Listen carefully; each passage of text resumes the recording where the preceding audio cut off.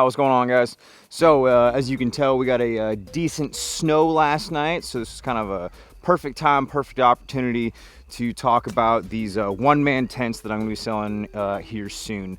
Now, by the buzz and by all the amount of hype that I got posting these on Twitter, I thought that there was a justification to do its own separate video specifically on this one product. Not only am I going to be selling these soon, but I've actually been personally using this for about the last 4 months or so.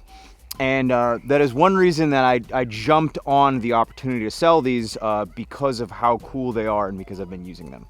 Let's get into it. This is the Iguana one-man US Army issue tent. Now this is designed more of like a summer tent, but it is marketed as a 4-season if you want to be technical. So this is my Molly 2 rucksack, and this is how I have it attached onto my Molly 2. So behind it I have my sleeping pad, and then I have my tarp slash cape. This is a Romanian. I'm also going to be selling these here soon. And I usually keep these on the outside of my pack. Not too terribly worried about these getting wet.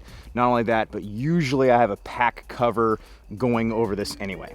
So now, and I know this is probably going to be the cool part, right? And you know, hold on. I want you guys to be able to see the magic that is. All right, so I'm gonna take this. I'm gonna stand off a little bit, and you guys are just gonna see this. See how terribly easy this is.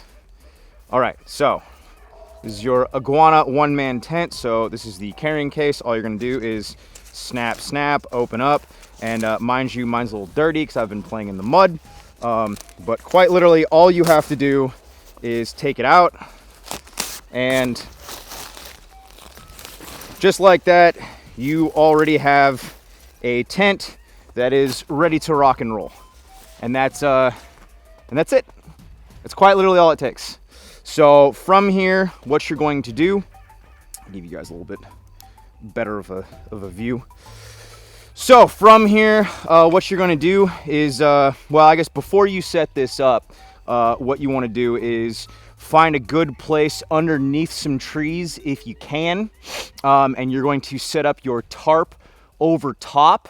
You're going to kind of get the area that you want to be sleeping in set and established. If you guys are going to be using any kind of shovel or anything like that, or if you guys are going to be using underbrush, you want to do that first before you set up your tent. You want to get the ground layer ready to rock and roll. You want to get your overhead ready to rock and roll. So any tarps, any ponchos, any camo netting, you want to get that up before you get this set up. Or alternatively, you can set this up to the side, and then because the bottom of this is waterproof, now the top is not waterproof, as you can probably tell, this is a mesh netting. So the top of this is all mesh, and the bottom of it is a waterproofing material. Now it's not like the most waterproof that ever did waterproof in the history of waterproof, but it's pretty damn waterproof. I have now used this in a legitimate rainstorm. Good morrow. Update. It is 01. I don't know if you can hear, but a storm just hit. We were on the side of a ridge line, and it is dumping rain. It is windy. I'm so happy for Wool. Status update. It is 0630. A storm hit around 01, and we are wet. We're very, very wet. That's fucking wet. However, wool blankie, I was warm as fuck. I was very dry in here. Very warm and very dry. I was very warm and very dry. Waffle top and bottom, wool, and woobie. And life is good. Life is good. But on the outside, now it is wet. This is very wet. And we're at, what, 6,000 feet elevation? I think about 5-ish. 5-ish. And it is wet and cold, and we're going the fuck home now. That's the fun thing about training, is that I get to go sleep in a bed tonight. Like, this sucked, right? But, like, tonight, I'm going to appreciate that even more. Yeah. All right. Now we get to ruck out of this. I've now used this in up to 4 feet of snow.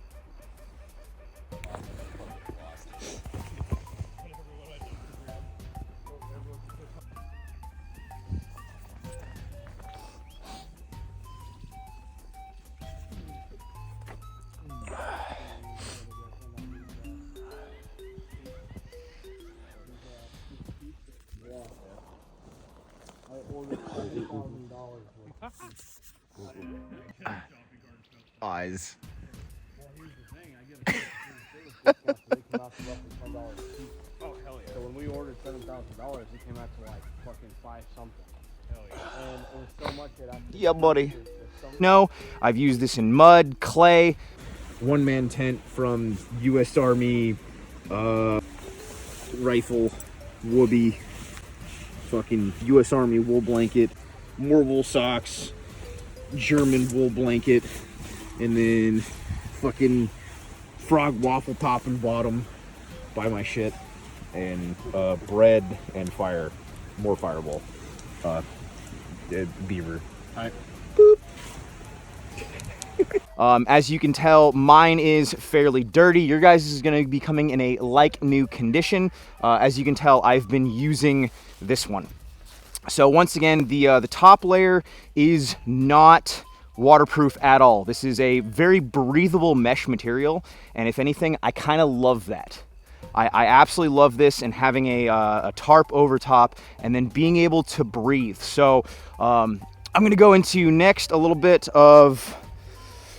Oh, also for the guys asking, this is 7.1 feet long. So for the average dude, you're going to be perfectly fine. You're not going to be worrying about too much of you know, not being able to have length in here.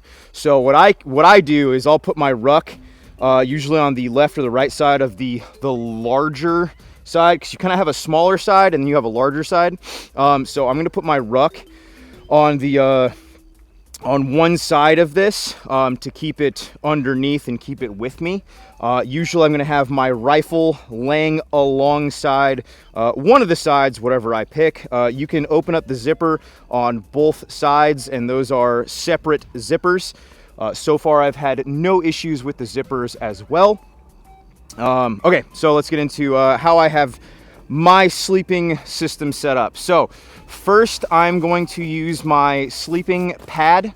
This is going to be my bottom layer inside of the tent. Next, I'm going to have my US Army wool. The US Army wool and the Swiss wools that I'm selling right now, they're about the same weight or so. They're not like the creme de la creme, right? But they're a fantastic base layer. Now, if it's summertime camping, I will not run 2 wools. I'll just do 1. Depending on the temperature is how I'm going to pack. And that's how you guys should do things as well. Depending on the temperature, depending on the weather, that is going to depend on how you pack. So if I'm expecting snow, if I'm expecting cold, right? It's the whole adage of pack light, freeze at night. So in the cold, I'm gonna run 2 woobies, or no, correction, I'm gonna run 1 woobie, so it's the zipper woobie that I'm now selling, and then 2 wools. So I'm gonna use either the US Army wool, because it's a very light wool. It's like a 4-pound wool. And then I'm gonna use the German wool, which is about like a 10-pound wool blanket. It's a lot thicker. It's about twice the size as well, twice the weight, twice the warmth. So once again, I'm gonna go the puss pad, and then the US Army wool, and then I'm gonna get inside of my woobie from there, and then the German wool on top, and then I'm wearing the US Marine Corps waffle top and bottom while I'm sleeping. Now, once again, this is for extreme cold weather. You're talking, you know, 20 degrees and below. You're expecting a lot of wind. You're expecting harsher climates. And so far, I have found that this has been a very, very enjoyable setup for me. Now, there were tarp coverings that are made for this. Good luck finding them. I'm sure that they are still out there. Even trying to research of other listings of what other people were pricing these as, I could not find these in stock anywhere. Now, that being said, I'm not the smartest man that ever did. So with, you know, enough research and your FBI mom level, you know, looking up on the internet, you could probably find this for cheaper than I'm selling it. I bet you could. That being said, you could probably find anything for cheaper than what I'm selling it for if you looked hard enough. Not only that, the Light Fighter Marine Corps issue in FDE, that's almost a 1-for-1 from what I've seen online. They're almost exactly the same as this. They are a little bit cheaper. I believe that due to the M81, much like with the Molly 2, because it's becoming so much harder to find, the price is going up, and you know, it just kind of is what it is. Also, that being said, if I was going to be going out and camping, if I was going to be going out and sleeping in the hills, I would not be in denim and just a tricot underneath. Absolutely not. Denim is not something that you guys want to be running in the snow. Once denim gets wet, it is going to freeze. It is going to suck all the heat out of you. Once the wind starts blowing, you're gonna fucking die, or maybe you're not gonna die, and you're gonna wish you were dead because you're gonna have such a bad time. Okay, so not only that, the half shelters that I'm also going to be selling, they're going to come to you like this. From what I've seen so far, oh no, from what I've seen so far, these Romanian half shelters / tarps, they seem to be unissued, and if they are issued, they're issued in fantastic condition. Okay, so this is about the general size of your Romanian half shelter. So this is a canvas material. I have been using this over the top of the sleep system here. Hold on, I gotta get my life together. Okay, so here we go. So you're going to look for the corner that has this half moon shape, and this is going to be what allows you to turn this into a cape. So this is a poncho / tarp that can quickly be turned into a cape. So you're going to tighten down the sides, and then this is going to scrunch that up right there, and then you can kick this back like so, and just like that, you now have a cape. Now, not only is this a fully functional cape, but it also has armholes. It also has pockets on the inside. And then on the back of this, it has, oh, just kidding, wrong side. So right here, you have your little eyelets for you to be able to take the corners and then bring them in to these eyelets. And that is going to, you know, take up a little bit more of the space, so that way this isn't, you know, hanging everywhere. And you can tie these in to how you want to have it, so there's not too much overhang, if that makes sense. Yeah, so far, I think pretty much everybody that I train with has opted to buy one of these and one of these from me.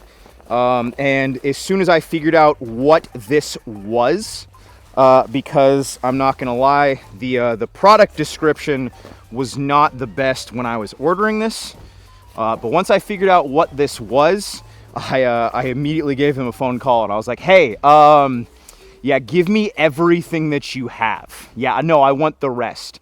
If you guys were not aware, canvas materials are one of the strongest and the most durable of waterproofing material. Now, that being said, canvas is a little bit heavier, but if you want that like really good waterproofing, it is really easy to retreat canvas in comparison to a lot of other materials. Now, that being said, I still sell other ponchos. I still sell vinyl. I still sell polyester. I still sell these other types, but the price brackets are going to be different, and you know, different use, different case, yada yada yada. So if some guys want Chinese made, if some guys want, you know, German made, Romanian made, if some guys, you know, if you want military surplus or you want brand new, I'm trying to offer more things to give more availability, different price brackets, different quality brackets, you know, so on and so forth. But so far, stringing up that over the top of, oh no. So far, stringing up that over the top of this has been fantastic. I've had no issues whatsoever, and it's really nice once I get to camp or where I'm going to be camping that I can just throw this up and then throw my backpack inside of this. And then as I'm building camp and whatnot, I already have a base of operations to be working out of. Not only that, this is why I do recommend in your sustainment pouches on your pack, you guys want to be running your woobies, and you guys want to be running your tarps and ponchos. So they're very easily accessible. So when you guys get to camp of where you're going to be able sleeping and whatnot, or let's say you're on a road march and you guys have a quick halt and you're going to be there for a little bit, and you can easily just pull out your woobie, pull out your poncho, and now you're warm and dry. But that's, that has nothing to do with this video. I'm just kind of giving you guys, just vomiting knowledge. But yeah, if you guys want to couple this with a different tarp, if you don't like the half shelter and you want to run a different tarp with this, completely understandable. If you guys don't like this one sleep system and you want to run something else with the Romanian half shelter, you got options. All right, so let's get into a little bit of how to break this down that I can think of. There's nothing else I need to go over right now, so we'll get into how to break this down. So we have our whole tent all set up, right? So all you're gonna have to do is, it's much like your visors with your vehicles, right? Is all you have to do is just make another half circle, make sure that you got the corners somewhat aligned, and then all you have to do again is, oh wow, look at that, another circle. And then from here, this is the hardest part of all of this, is just getting it back into this stuff sack. That is the hardest part of this entire tent setup, is just getting it back into this. And you know what, of all things, that's kind of a good problem to have. From what I've found, if you hit the corner right here and then you kind of just use that as a pivot point and you just wheel it in, I've found that that is the easiest. And then making sure that all of your buckles and whatnot aren't getting hung up. And then, like I was saying, you can just kind of roll it on in. And then what's nice is that even if you're in a rush and you don't get it in perfectly, what's nice about how big this overflap is and how long these buckles are, is that if you are in a rush, if you're in a hurry, and maybe you were the slow one at camp that was taking forever to get ready, and then you look up and everybody else is packed up and waiting on you. It happens. It's really nice that that you can just kind of buckle this really quickly, and you're ready to rock and roll.